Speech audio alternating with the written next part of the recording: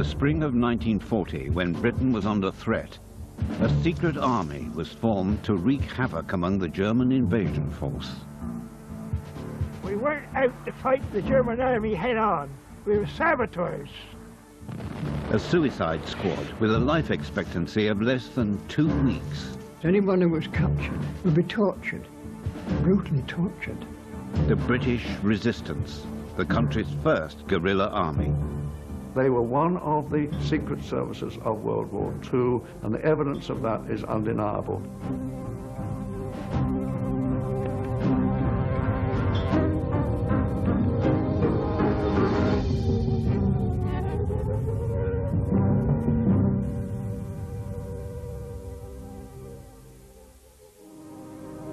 This is the forgotten story of the defense of Britain, of an underground resistance movement formed to fight an occupying German army on British soil, of anti-invasion defences which lie broken and abandoned, of secret underground bunkers and plans at the highest level which predicted the worst possible outcome: German occupation. And in the spring of 1940, that seemed inevitable.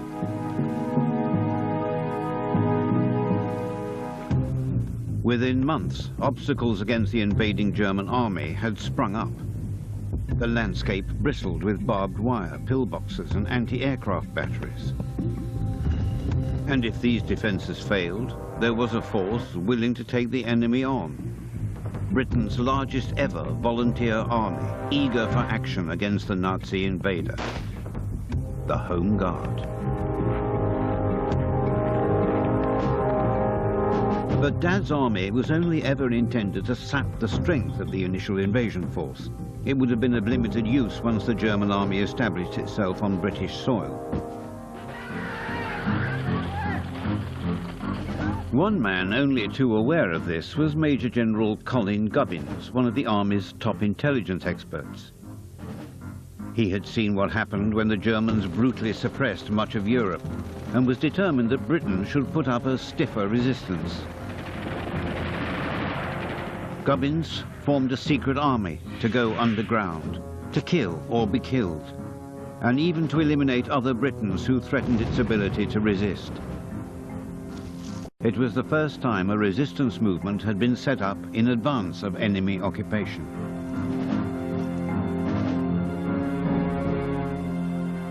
Major Peter Forbes was working in Army intelligence when he was asked by his commanding officer to find potential recruits. He gave me a very powerful letter to Home Guard commanders that they had to give me anything I wanted without question, and the best of their men. I interviewed them, checked out with the police that there was nothing on them, and then I said, would you be willing to join something which could be very dangerous, but I can't tell you what it is unless you sign the Official Secret Act. One morning we were paraded and an army officer came out. He said, I want volunteers for a very dangerous job. 3 of us stepped forward. I was one of the salivos. So he said, well, you'll be trained as far as we can train you to come up behind the Germans, and the way he put it was, and play merry hell with them. He asked us all sorts of questions about our families, what they did, how long we'd lived in the area, did we know our way around, could we catch a rabbit, and things like that. I said, well, why do you want me? They said, well, because you know the area. You know the whole area. And they said, you should have demonstrated, you know, going out on a night, bang, bang, in the woods. I said, ah, that's it, Jack, because I like to do a bit of poaching. We knew the countryside and the woods and everything very, very well, for miles around. So I said, we want you. So we signed this piece of paper, which we found out afterwards was the Official Secrets Act. And then he said, no, I'll tell you what you've joined. It's a group called the Auxiliary Units. He said, if you'll agree, you must keep silent for 30 years at least. Tell no one. No one must know what you're doing. And from then on, we began to be trained as guerrilla units. Although they received similar training to the Home Guard, these resistance fighters belonged to an entirely separate and secret organization. I I think they saw themselves in Paris and the Home Guard as superior. They had been especially picked out, and were doing more interesting things, really. We knew the Home Guard were having useless parades up and down the streets and mounting guard at 1 or 2 points. It didn't concern us. We were cut off completely from the Home Guard once we joined the guerrilla units. The most essential skill of any auxiliar was to stay alive as long as possible. And it was here at Coles Hill in Wiltshire that they learned how to conceal themselves from the enemy. Deep in these woods, they were taught how to build underground operational bases, known as OBs, where they would hide in the event of an invasion.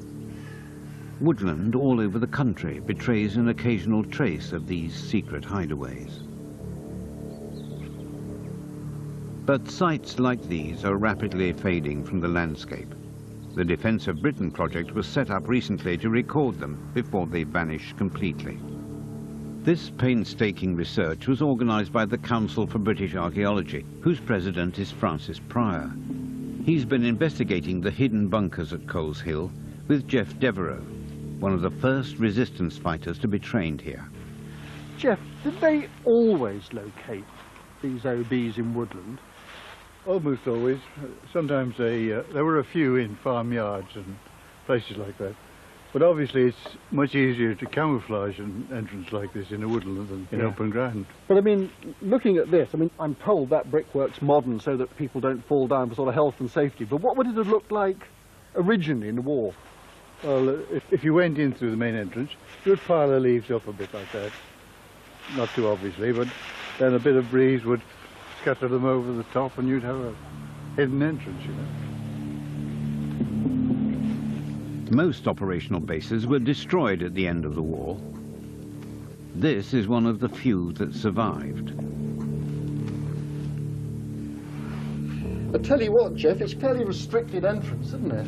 Yes, but you need a blast wall like this, of course. That's what that is, blast wall. Yeah, so if somebody drops a grenade down there, you're protected to some extent. Most OBs were built like this one, sunk around 15 feet into the ground with a concrete floor and walls of brick and corrugated iron. And what's that for? Many were built by the Royal Engineers. The men were brought in especially from other parts of the country, so they couldn't betray the whereabouts of these secret underground hides. This is the dining room. The living dormitory. And these over here, were these the beds? Yes, there were bunks there, double-decker bunks. And then I noticed in the floor there's a drain goes down the middle. That's right. That's for surplus water coming in. But it couldn't have been much fun, though. I mean, standing with running water going down the middle of the floor. I mean, weren't you always tripping up on that? Yeah, we weren't here for fun, though.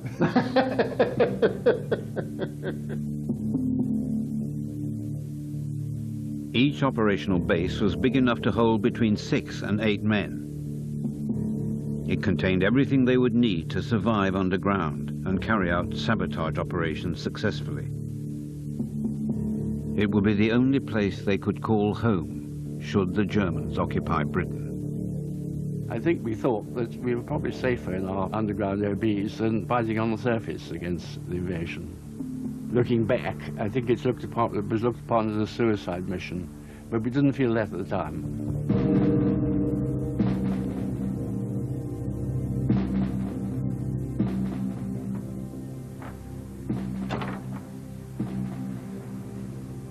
The men were expected to last only 2 weeks at the very most before being captured or killed. Tell you what, Jeff, this doesn't look very secure, this. I mean, what does it feel like to go back in one? Well, it brought back feelings of terror, to be honest, because you felt very insecure in there, you know. You couldn't lock any doors or you weren't very well protected.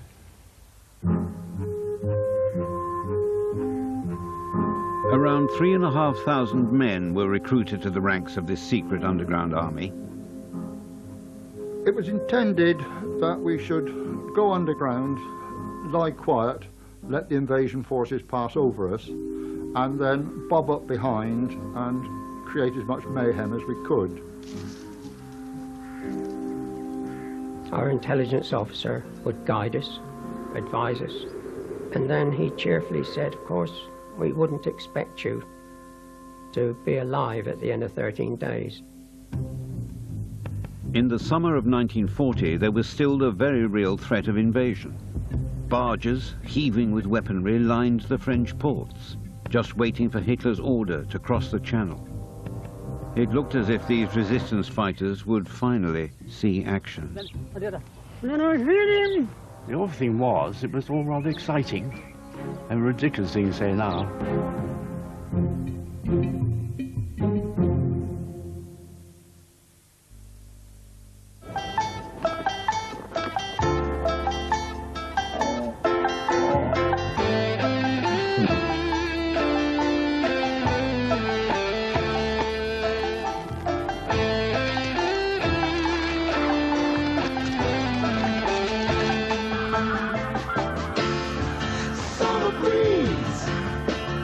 The new Saab 93 diesel convertible, the evolution of an icon.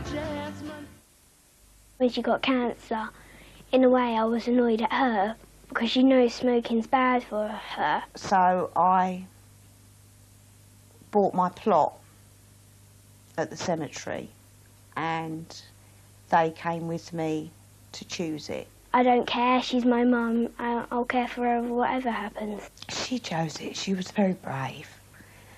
Broke my heart, really did. But at least I know she's got somewhere to go when I'm not here, if she just wants to talk to me. For help giving up, call 0800 169 0169. Everybody wants perfect vision. Who wouldn't? Imagine freedom from glasses and contact lenses. Laser eye treatment from Ultralaser has made this possible for thousands of people. The treatment itself, I can't fault it. The vision is even better now than it was with glasses. It's brilliant. Ultralaser offers Wavefront, the superior laser eye treatment for a better quality of vision. For a free DVD and information pack, free phone 08000 08000 or visit ultralaser.com. I'm so grateful. I really am grateful to Ultralaser. Only Velux blinds fit Velux roof windows perfectly. With our unique pick-and-click system, they can be fitted in minutes. And they come in a huge range of designs and colours. For more information, call 0800 980 7180 or visit our website. Oh yes, it's me again, with a new cleaner from Sillet Bang that's the bee's knees. It tackles the toughest jobs, like nightmare stains or clogged drains. Hi, I'm Barry Scott, and I'm here to introduce new Sillet Bang Universal Stain and Drain. Look, the toughest toilet stains are no match for its supreme cleaning power. And as for pongy drains, phew! Its incredible formula keeps them flowing free and smelling fresh. Look at this blockage. No job's too tough. Toilets, drains, floors, surfaces, all with just one bottle. New Sillet Bang Universal Stain and Drain. Bang! And the dirt is gone. Giving up smoking was a bit of a family affair because I went with my brother and my sister. I was worried that people in my local NHS stop smoking service wouldn't understand how hard it is to give up, but really they were lovely. They really did help me get through the toughest moments, and I quit about 6 months ago. For details of your local service, call 0800 169 0169. You look gorgeous today. Your skin's radiant. You really look amazing. You're glowing. The compliments just keep coming for Olay Complete Multi-Radiance, a moisturizer with light-reflecting particles. The cover of Elle read, "A skin miracle we loved so much, we quit wearing makeup," and gave it a glowing 5 stars. Are you in love? Could be. Elle loves Complete Multi-Radiance from Olay. Love the skin you're in. Ben and Amy Coley decided to ditch the rat race in London for their dream life in France. But now, after their guest house has bombed, they have to risk everything. But with a baby on the way, is more property really the answer? It's starting to look like a disaster. There's no going back. A New Life in France, Thursday at 8:30 on 4.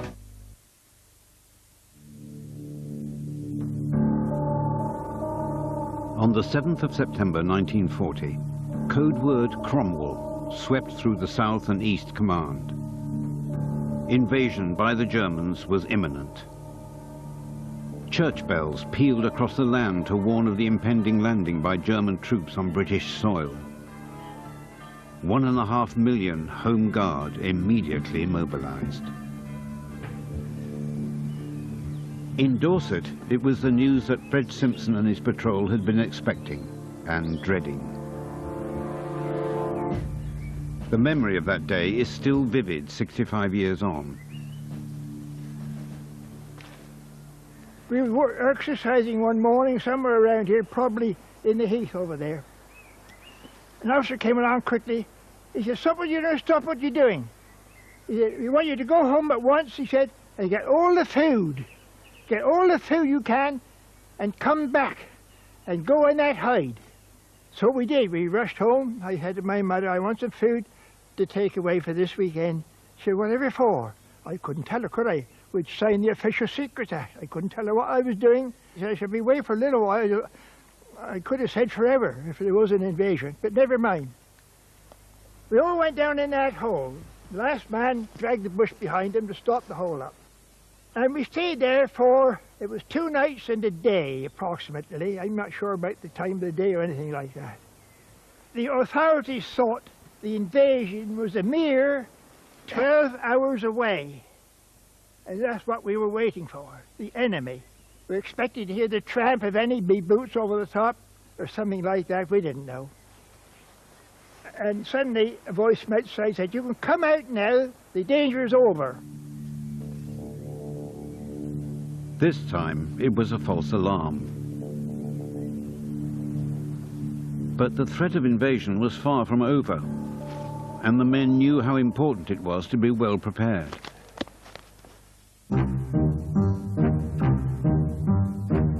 While the Home Guard was drilling with broomsticks, the resistance fighters were becoming adept at using the most sophisticated weaponry. This was essential if they were to become effective saboteurs. We were given all the latest equipment, Tommy guns, Seine guns, rifles with special sights, entirely on Churchill's orders. They also learned all about fighting dirty. As they were told by one of their instructors, "If you think our methods aren't cricket, remember Hitler doesn't play the game." This fighting knife was standard issue for every guerrilla.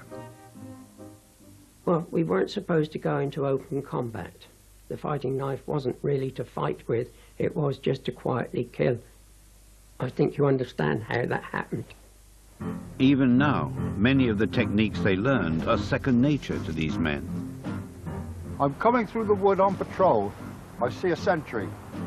I have to kill him quickly and silently. So I grab a handful of soil and leaf that I can ram into his mouth to stop him shouting.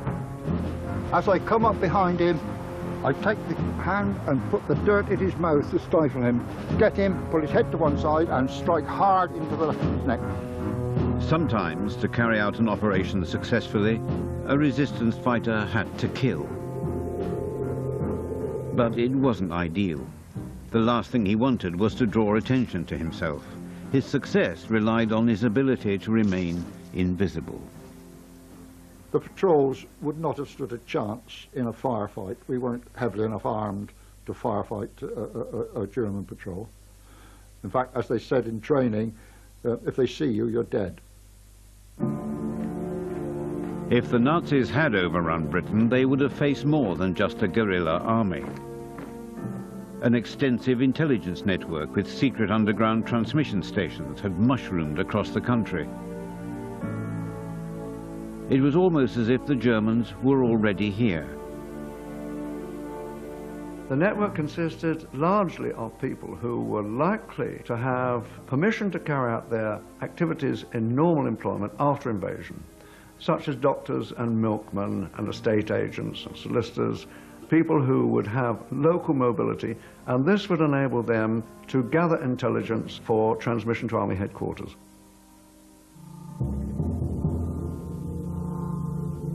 Intelligence gathering in Norfolk was crucial.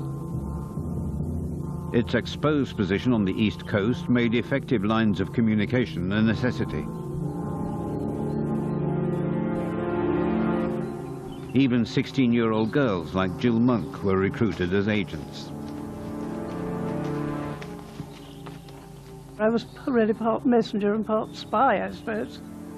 Probably the idea was that a teenage girl riding a horse wouldn't be suspected of being anything sinister. Jill's father and mother had also been recruited to the network as radio operators. As the local GP, her father was an ideal recruit. Jill was trained to identify enemy aircraft, their cargo, and the military insignia worn by German soldiers. She would hone her skills on Allied troops in the area, who had no idea that this seemingly innocent young girl was a spy. It was great fun trying to gather information from the soldiers, because they were tickled at this girl on a horse coming along, and I'd try and find something to talk about and have a good look at their shoulder flashes so that I could say what regiment they were, and I'd ask them about what guns they'd got and whether they were big ones or little ones. And when I got the information, I went back home and mother or father got the code sheets out and encoded the information, and then they would send a message through. We didn't know where it went to, it just you spoke into the radio and that was it. The methods Jill used to relay information from one point to another could have come from the pages of a spy novel.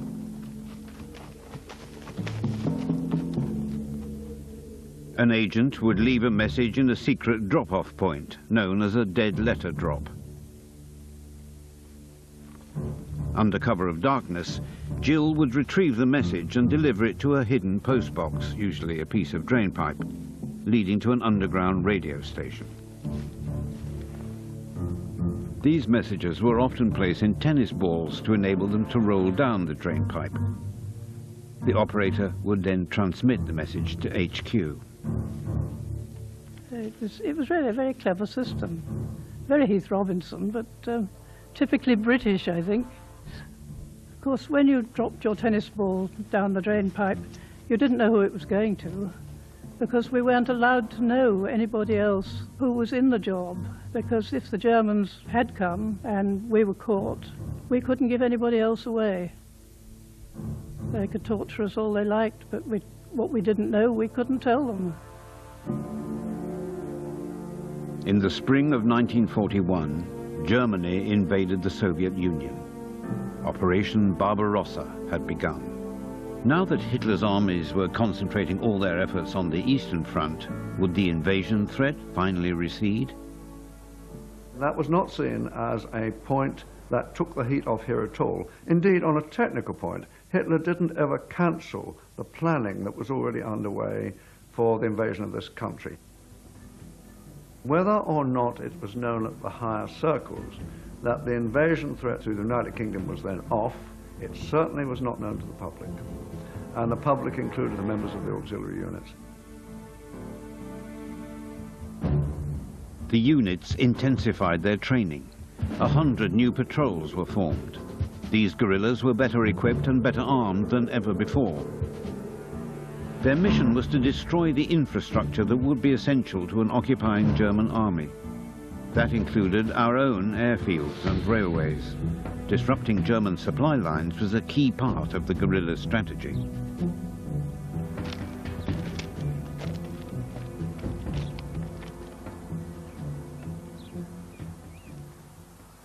I'm placing an explosive charge against this line to cause a breakdown.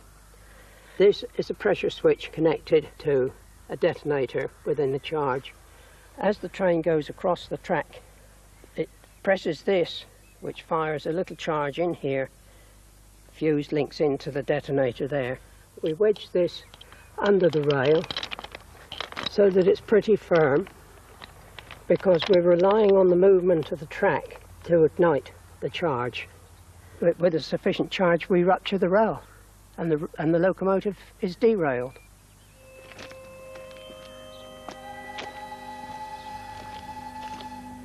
You never run away from a charge, ever.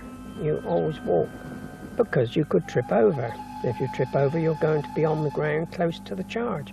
If you walk, you're watching what you're doing.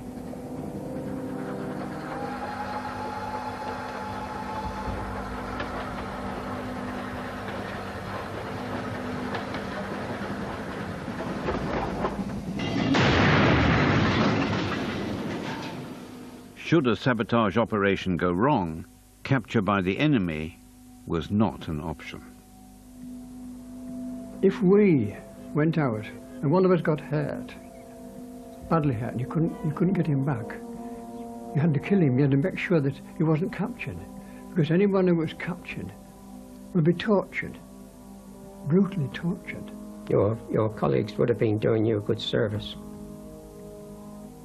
by terminating you. They would have tortured you for the information, then they would have killed you anyway. So you were going to die anyway. So the best thing to do, of course, was not to be caught alive. We knew we had self-destruct tablets to kill ourselves if we got in a tight corner. And I think we should have used them. The instructions were fairly clear. Take one pill if you are injured to reduce the pain. Take 2 pills if you are about to be captured and wish to be able to resist interrogation, and take 3 of these pills if you wish to take your own life. No surprise then that evading capture was one of the most useful lessons the guerrilla learnt. And if his life depended on it, these were lessons he would never forget. I surrender. Come on. I walked towards this guard and I would approach him knowing that I had full advantage, because I could see he was frightened of me. And I keep smiling, and he's confused because he's looking at something that's bewildering. He's really frightened. So I immediately take the rifle away, and if he pulls the trigger, it's gone. And then I would come over, force down there, force it out of his hand. And then I come round, and he would come upright, surprised, and I would hit him right in there, which would paralyze him. If I hit him hard enough, it would kill him. Dispensing with the enemy is an unfortunate byproduct of war, and these resistance fighters had no qualms about killing. But what is extraordinary is that these men were also prepared to turn on their own people, on anyone who compromised their security.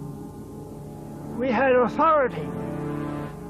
If we found collaborators in any of the villages around us, to kill them, to shoot them. They were blabbering too much, talking too much to the Germans. The best thing